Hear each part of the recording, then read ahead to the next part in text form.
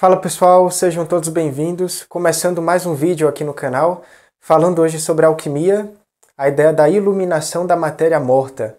É um tema bem interessante que eu vou retirar de alguns livros, algumas obras e trazer aqui para vocês.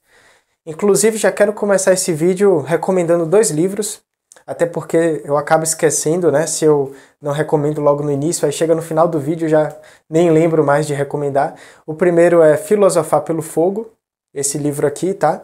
E o segundo é o livro de Espagiria. Esse aqui a gente recomendou lá no curso de alquimia na aula 11, onde a gente trabalha o lado espagírico. Então você que já fez o curso já deve ter lido esse livro aqui. Inclusive, pessoal, o vídeo passado que a gente falou sobre a ideia do mana na magia, eu esqueci de também falar o livro que eu peguei, né, as informações, que é o livro Esboço de uma Teoria Geral da Magia, do antropólogo Marcel Mauss. Então é esse livrinho aqui, dá uma pesquisada, dá uma estudada que lá você vai encontrar esses conceitos da ideia de mana, né, que ele vai pegar lá dos malanésios. Então, vamos começar a entender esse processo de iluminação da matéria morta.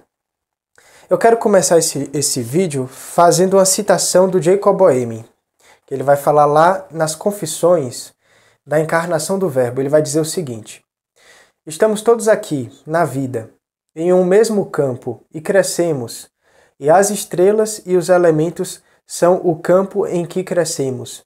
Deus nos semeou ali dentro. Adão é o primeiro grão que o próprio Deus semeou, e todos nós crescemos desse mesmo grão. Então aqui Jacob Boehme, filósofo luterano, sempre profundo com suas palavras. Ele que trabalhava essa ideia de Deus associada à natureza e emoções, então ele falava da cólera de Deus, por exemplo, ele falava de sentimentos e emoções de uma divina associada ao mundo, à natureza, né, como manifestação dessa ideia de Deus. E aqui a gente vai primeiro, para a gente falar sobre matéria morta e iluminação, vamos trabalhar uma visão que a gente vai ver lá no neoplatonismo, no Plotino. Então vamos trabalhar a visão plotiniana da ideia do um, que falava de que tudo era originado de uma coisa só, desse um, né? Então a gente começa a trabalhar esse conceito emanacionista, o conceito das emanações, dentro dessa filosofia de Plotino. Plotino ele foi um dos neoplatônicos que mais assim tiveram destaque, tá?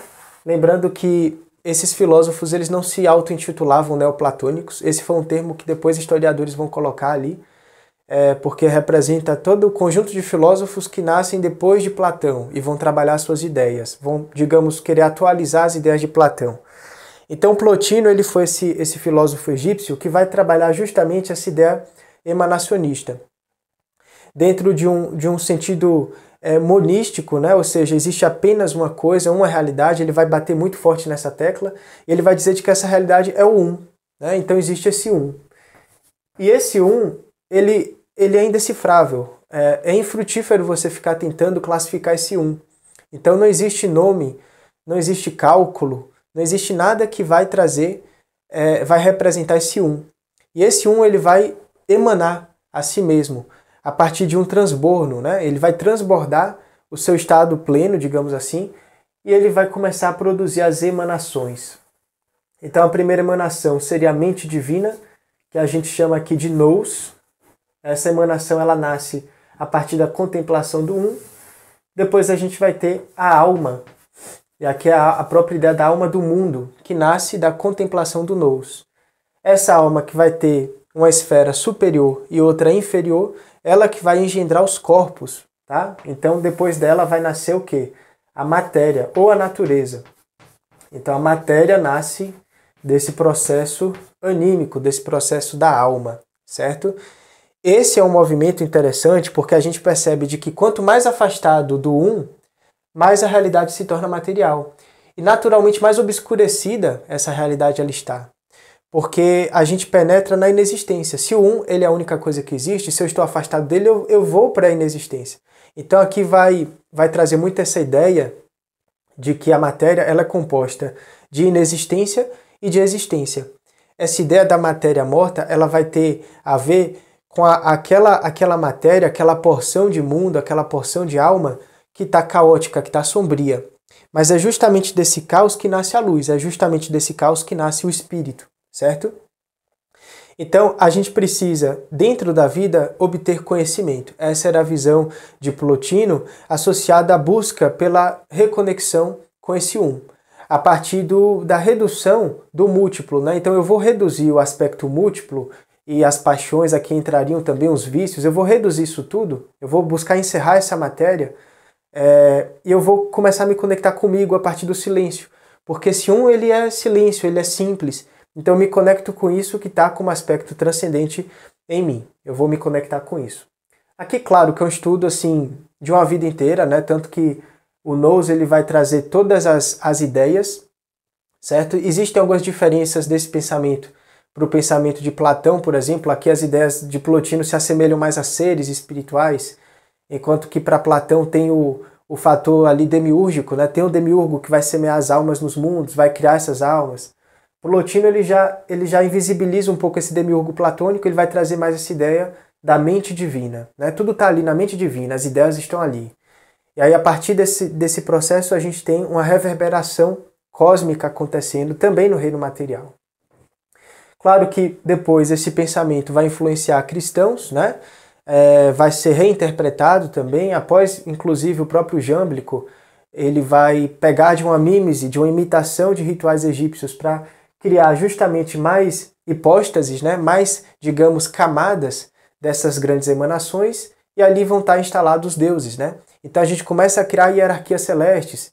Depois, lá no renascimento da filosofia medieval, a gente pontua mais os anjos e os demônios. E aí começa essa ideia da localização do homem, né? Onde é que o homem está? Ele está aqui na matéria, afastado do um, ele está no centro, que nem fala a filosofia medieval, entre os anjos e os demônios, onde é que ele está? Então essa ideia de encontrar a localização do homem é muito importante na filosofia, porque vai falar como ele vai trabalhar com o cosmos, né? O trabalho do cosmos ele deve acontecer.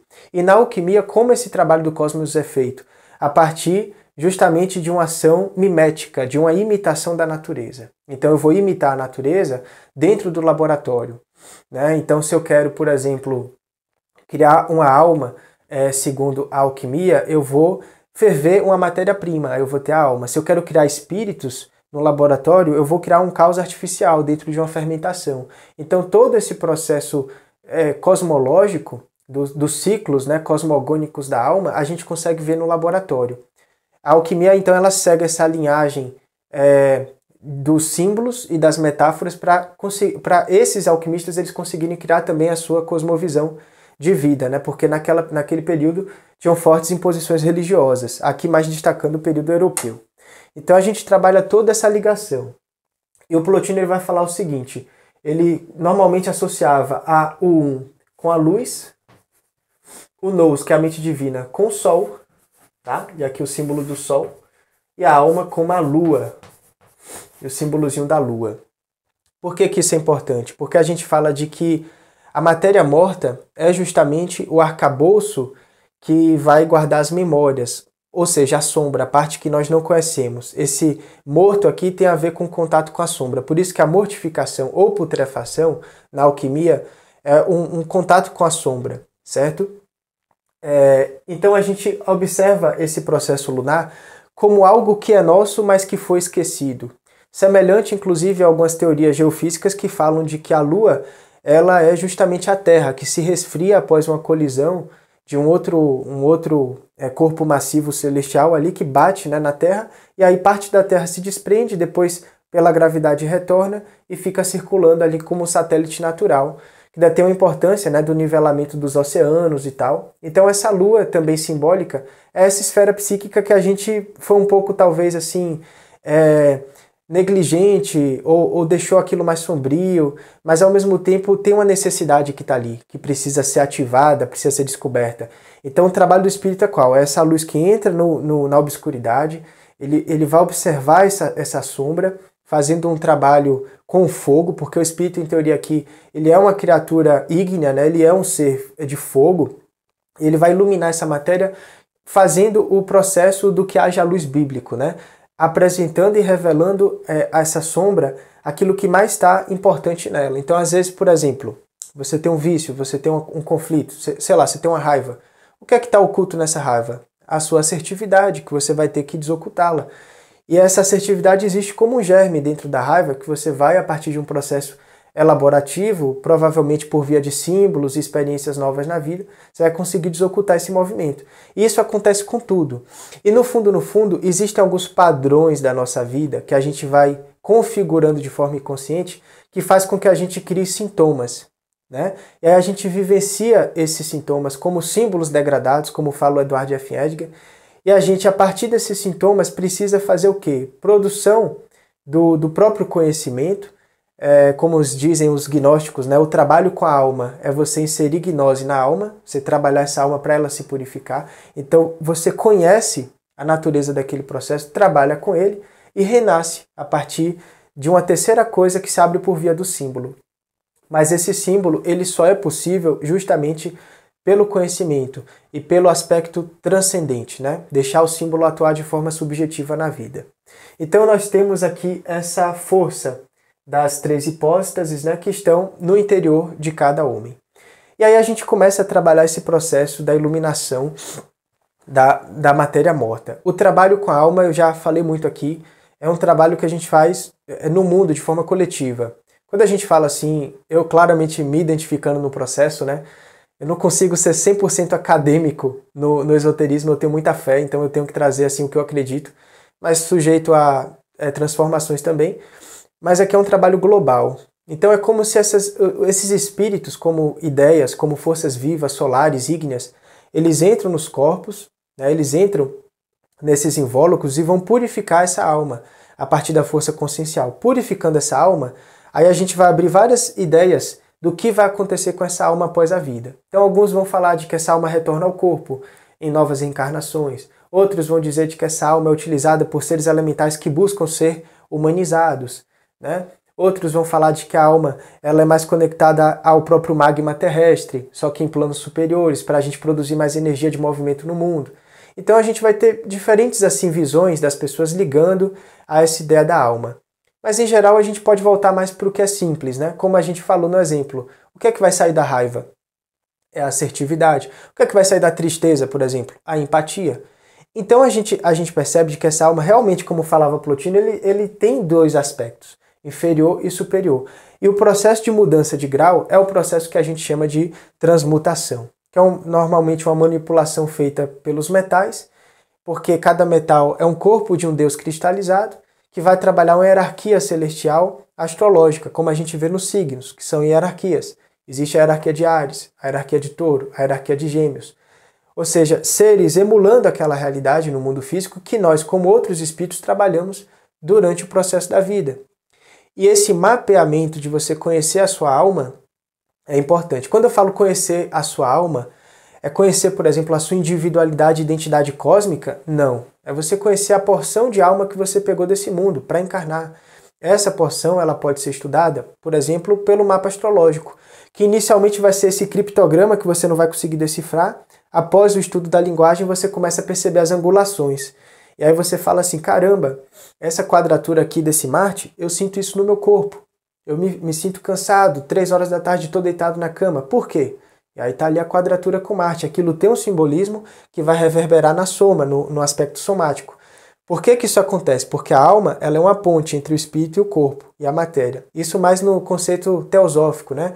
Que Blavatsky vai trazer ali no final do século XIX. Ela vai falar o seguinte, de que essas emanações, é como se ela pegasse as emanações de Plotino. Claro que depois de muito, isso daqui ser muito trabalhado por outros filósofos, e ela vai criar a ideia dos planos, já trazendo esse estudo, né, que ela trabalha como ligação do Oriente com o Ocidente, ela já trabalha os planos. Então o plano astral, o plano físico, o plano mental, né? E aí os locais e as ambiências onde essa alma vai ser trabalhada, seja o cama louca, que a gente já falou aqui também, lá nos vídeos dos átomos contaminados, que são átomos, digamos, encharcados dessa sombrilidade do mundo, que você encarna naquele corpo especial e trabalha aqueles átomos.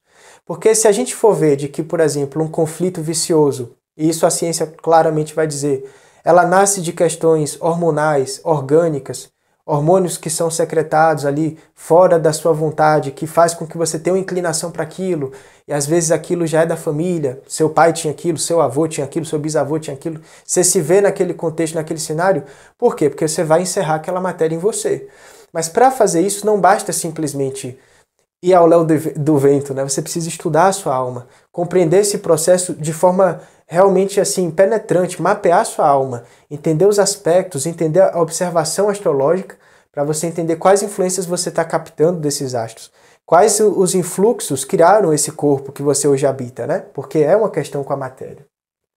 Então, a iluminação da matéria morta, a gente vê muito desse processo de purificação após um contraste de sombra, né, e putrefação que a alma vai passar junto com o espírito durante a encarnação. Então o espírito está ali com o corpo, tem sua alma com todas essas tendências, aqui no sentido junguiano, né, a alma pertencendo a essa herança da humanidade que a gente traz em nós, né, essas forças arquetípicas. A gente precisa conduzir um jogo arquetípico de forma organizada em nós, centralizando essa consciência para tentar, de alguma maneira, neutralizar, como fala o próprio Ideia Hermética, todas essas tendências inferiores. Porque se eu tenho tendência inferior que eu não neutralizei, eu tenho pendências. Pendências pendulam, aí eu acabo entrando novamente na roda de samsara. Isso gera uma dificuldade com a purificação da alma, que é um processo que precisa obter conhecimento para ela ser elevada em um outro grau, em um outro nível.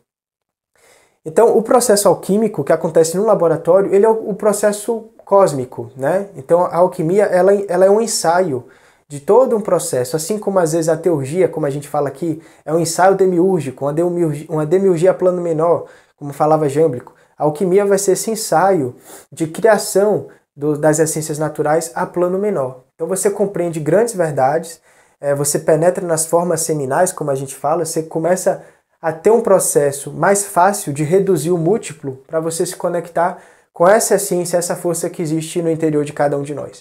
Então esse seria o objetivo da iluminação da matéria morta, também chamada de purificação ou albificação, que é uma das fases, né, alquímicas que trabalha a iluminação. É uma fase que tem a ver ali nas pranchas, as ilustrações das mulheres trabalhando. Normalmente temos pranchas, né, onde só tem homens trabalhando, algumas que tem homens e mulheres, que é o caso que a gente vê lá na colheita do orvalho, e tem outras que só mulheres trabalhando. Normalmente fazendo alguns serviços assim com roupas que estão sendo evaporadas, lençóis brancos, né? Então existe um processo albificado, né? Após a sombra vai nascer uma nova luz, uma nova coisa. Mas a gente precisa do caos para contrastar isso. Então a luz ela nasce desse caos, seguindo essa visão filosófica. Então é isso, pessoal. Espero que vocês tenham gostado. Se você tiver interesse em compreender um pouco mais desses conceitos de uma forma mais aprofundada, temos o curso de alquimia, 17 horas de material de vídeo para você, mais uma apostila completa. Dá uma olhada lá no nosso site, portalespiritualidade.com, e vão ter outros trabalhos que a gente realiza lá, certo? Então é isso.